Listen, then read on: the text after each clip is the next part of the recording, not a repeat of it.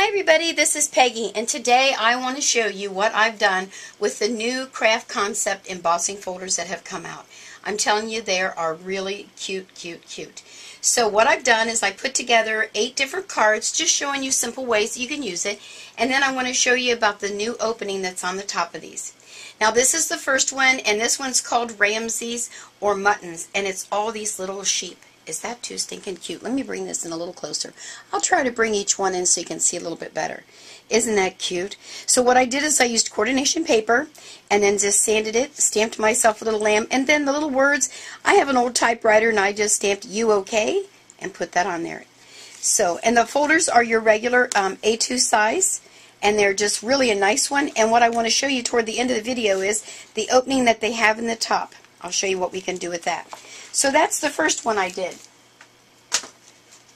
The next one I did was called Tall Trees. Can you see those okay? Aren't those cute? Right here. Again, I used coordination paper. All I did a little bit different here, I took one of my Tim Holtz distress tools and did the edges just to give it a little roughness to it. And then I used an EK Success border punch here, a couple of different stamps, I think Hero Arts, and I'm not sure what that one is. And just did that little bit of twine and some bling and called it a card. Is that too cute? So that, I think I'm going to kind of use that one for a graduation card. This one was a lot of fun. Took a little bit more time. Let me bring that in a little bit closer so you can see. This one was called Daisy Doo. Look at all those old daisies. Now, here's what I did. I embossed it, and then I used my twinkling H2Os. Now, let me show you how I did mine. I saw this a while back, a lady that stored this. Now, I don't remember if it was on Pinterest or if it was just another site, but all of a sudden it dawned on me that I could do that. She took her little twinkling H2Os, took an old CD, like so, and she glued them all on there. And then that's how you store them, just like that. Isn't that awesome? Now, the one thing she did, I forgot to do, is she put the name with a little sticker, or maybe she put it underneath, I'm not sure. Anyway, she named the colors. I don't have the names on my colors. I just call them red, yellow, orange, whatever they are. Isn't that an awesome way to do that? So that's just a little sidebar for you. But that's what I used to color all of these different little daisies. And then just added some ribbon. Then when I got all finished, I took, let's see, I took a Memento ink pad and one of my sponge embossing applicators and went over it very lightly and almost came out gray actually, just to highlight the outline of the flowers. So there you are. How cute is that? Again, that's an A2. All the ones I'm going to show you today are all A2 size. This one is called Bee's Delight. And I guess because now that I see this, at first I couldn't figure out what they were talking about. But I guess they do look like honeycombs. Oh well, I should have put bees on here. But I love butterflies, and this is what I did with mine. Now, I tried to do a few extra different things so you could get some different ideas. That's the whole purpose. I just used a section. What I did is I took my Distress ink, the new one that's out, the Spring Collection by Tim Holtz Distress, and I think it was called Turquoise. Now I can't tell you exactly the name, but that's what I call that color. I went ahead and put that on the inside of my embossing folder, did my paper, and this is the background. That's how I got like that muted little dot looking. Then I took the embossing, or I'm sorry, the ink pad and went right over the embossing to give it a little bit higher light. Highlighted area there over the edge. So you don't have to use the whole entire thing. You can use sections of your embossing to add a different look. Added my butterflies, and there you are. So let's see. I've got a couple more here I want to show you. Oh, I love, love, love this one. It's another tree one. They call this Lollipop Trees. Are those too cute? Oh, I love those. And I had a stamp from Unity. I've had it for a long time. I love it. He who plants a tree plants a hope. And I just thought that was perfect because that kind of looked like a lollipop. Not exactly like theirs, but there you are. And all I did again was take my ink pad and went over that with the ink pad to paper. And I also used a little bit of my applicating tool to kind of put that darker green in behind there. I colored these with my Memento ink markers and called it a card. Alrighty, let's see. What else have we got here? Oh, this one was cool. This one is just called Solid Stars. Now, did a couple different things. I'm going to see if you can see this. First, it was striped paper, and it's actually a craft paper that came that way, already with the red stripes. So I took my Stampers Anonymous stamp, the 4th of July one. I think it's called something else, but I call it 4th of July. Stamped it with Distress ink in the back, the blue one. Then I embossed it with the embossing folder called Solid Stars. I took a white ink pad, went over the stars. That gave me my really awesome background. Can you kind of see those in there? I hope you can.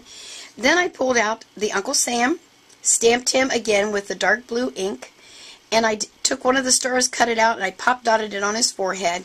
And then I had this little word stamp. I think it's from, a company, Cornish Heritage Farms, I think, and it said freedom. And I thought this would be a great 4th of July card. So there you are. So you can emboss, you can ink, you can stamp. Oh my goodness, so many different things you can do. Well, I've got a couple more here I want to show you, and then I want to show you the little trick that you can do with these. Look at this one. So simple. Stamped my sentiment, popped it, put a big bow on it. This one was called Spotted Flowers. Now what I first thought I would do, again using coordination paper, the first thing I thought I would do, because let me show you the back of the card. It has big flowers. I thought about putting big buttons there, but it just didn't suit my fancy.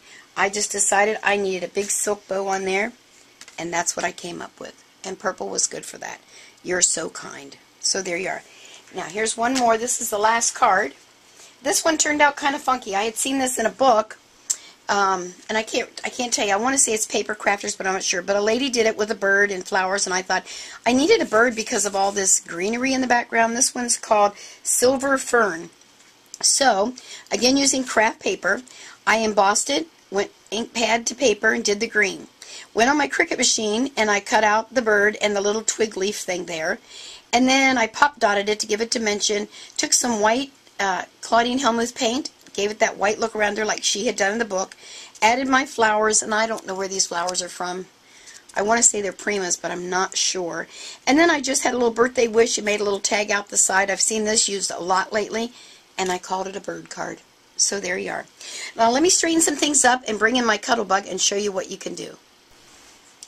Well, now let me show you this cool little thing that you can do with the Craft Concepts embossing folders. A lot of times you'd like to use this same embossing, but maybe you do a scrapbook page, maybe you want to do a 5x7 card, or maybe you want to do a canvas and add that little bit of embossing to it, but you need something bigger.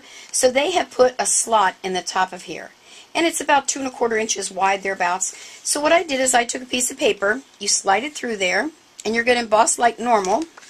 Let me get it started for you. There we go. I'm going to leave the edge up just a smidge. We're going to emboss it like normal. Now I have to hold my Cuttlebug because I'm on my craft mat, and it won't adhere to that.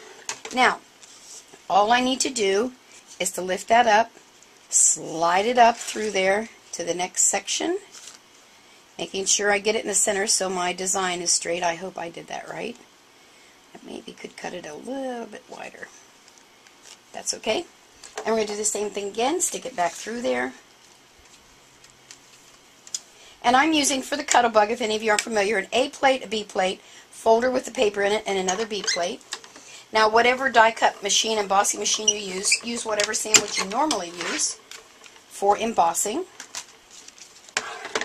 And if I wanted to get real technical, I could pull even this little section in here. And I might as well, because I do want to use this for a scrapbook page, and that is 12 inches. So let me go ahead and do that, and then I'm going to sand it for you. And you now have a wonderful accent for the side of a scrapbook page. And again, it could be for any size card, layout, whatever you're doing. Let me close this up. Now, a little tidbit I like to tell you, I do have my craft mat. Do not sand things on your craft mat. It will ruin it. I'm just going to pull in this plastic folder here. Now we're just going to sand that and show you how cool that looks. And there you are. A great embellishment for your scrapbook page. Well, thanks for stopping by, and make sure to check your local stores for Craft Concepts new embossing folders. Bye!